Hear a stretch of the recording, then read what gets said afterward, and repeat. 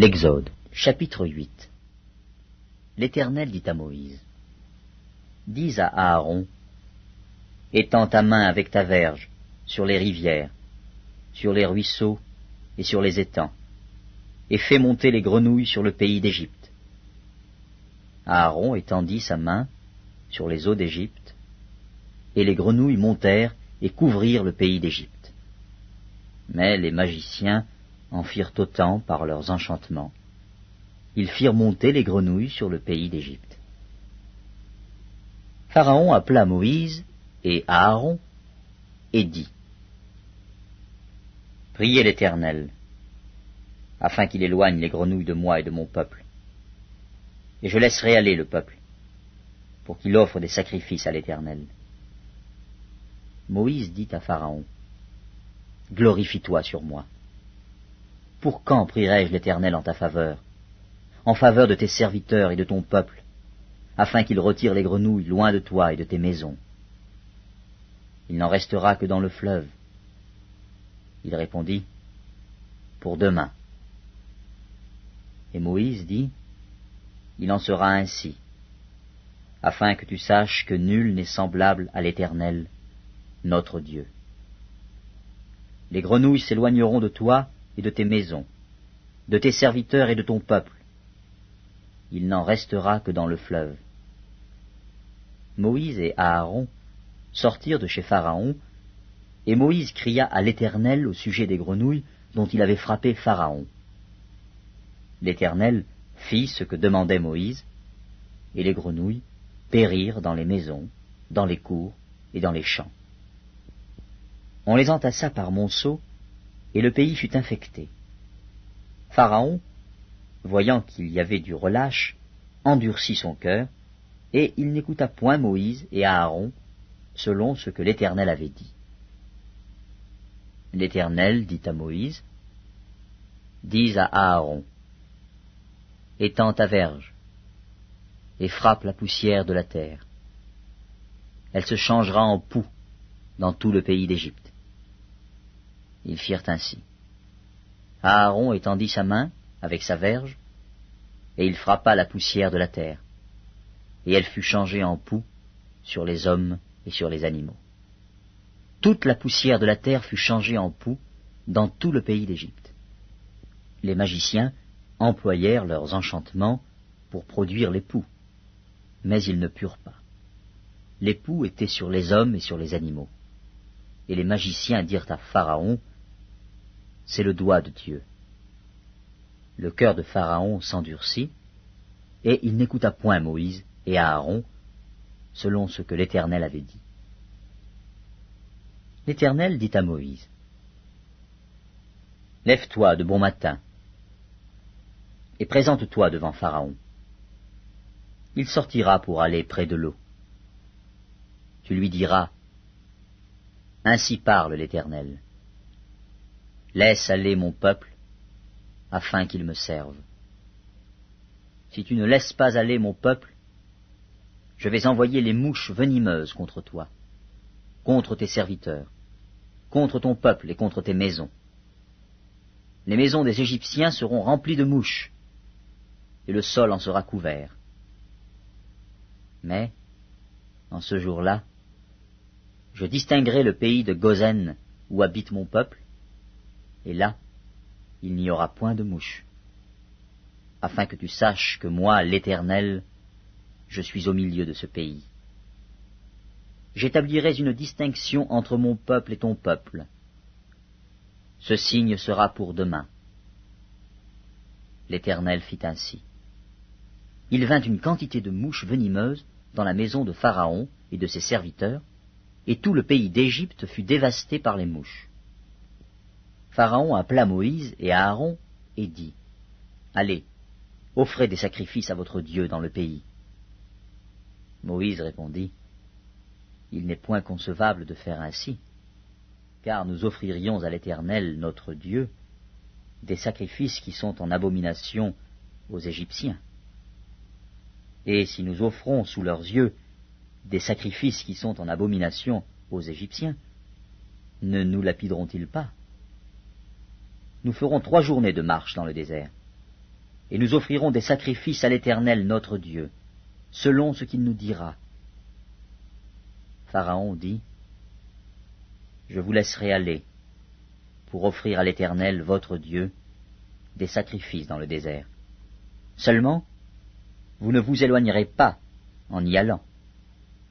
Priez pour moi. » Moïse répondit, « Je vais sortir de chez toi, et je prierai l'Éternel. Demain, les mouches s'éloigneront de Pharaon, de ses serviteurs et de son peuple.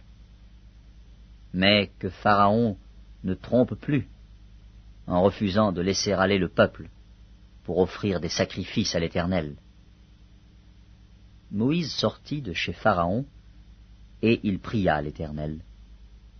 L'Éternel fit ce que demandait Moïse, et les mouches s'éloignèrent de Pharaon, de ses serviteurs et de son peuple. Il n'en resta pas une. Mais Pharaon, cette fois encore, endurcit son cœur, et il ne laissa point aller le peuple. L'Exode, chapitre 9. L'Éternel dit à Moïse, « Va vers Pharaon, et tu lui diras.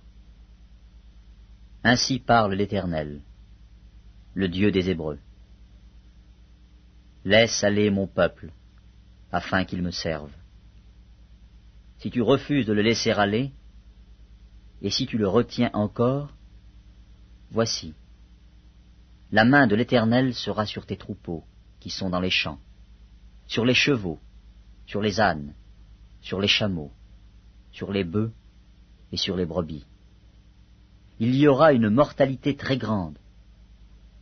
L'Éternel distinguera entre les troupeaux d'Israël et les troupeaux des Égyptiens, et il ne périra rien de tout ce qui est aux enfants d'Israël. » L'Éternel fixa le temps et dit, « Demain, l'Éternel fera cela dans le pays. » Et l'Éternel fit ainsi, dès le lendemain. Tous les troupeaux des Égyptiens périrent, et il ne périt pas une bête des troupeaux des enfants d'Israël. Pharaon s'informa de ce qui était arrivé, et voici, pas une bête des troupeaux d'Israël n'avait péri.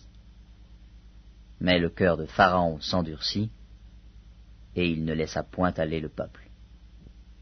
L'Éternel dit à Moïse et à Aaron, « Remplissez vos mains de cendre de fournaise, et que Moïse la jette vers le ciel, sous les yeux de Pharaon.